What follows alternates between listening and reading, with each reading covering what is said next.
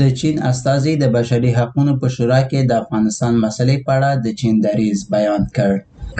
د چین استازي د جون په 19مه نیټه د ملګرو ملتونو د بشري حقوقو شورا په 53مه غونډه کې د افغانستان مسلې په اړه د چین دریځ بیان کړ. د چین استازي په خپله وینا کې وویل، چین د افغانستان نږدې ګاونډی دی او د ښځو او نجونو په شمول د ټولو افغانانو حقونو او ګټو ته پاملرنه کوي.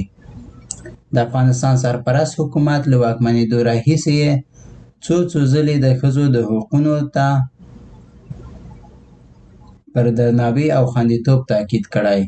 چین هیله لري چې اړوندې تګلارې پلي شي او د افغانستان له سرپرست حکومت څخه هیله لري چې له ټولو خواوو سره د دوستانه سلا مشورو له لارې اړوندې مسلې حل کړي.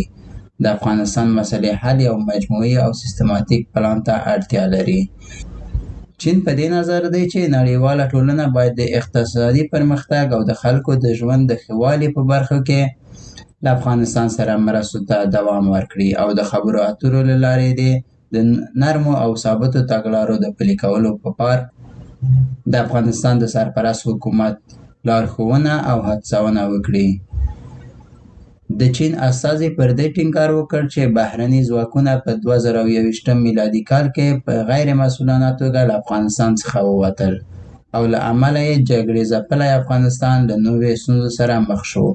په افغانستان کې نړیوالې مرستې ډېرې کمې شوې، پر دغه هیواد یو اړخیز بندیزونه زیات شوي او اقتصادي پرمختګ یې محدود شوی او د بشري وضعیت سخت شوی دی. د افغانستان ملي شتمني په څرګنده غلا او برمته کړې شوي او دا کار د ښځو او نجونو په شمول د ټولو افغانانو د ستونزو د سختوالي سبب شوی.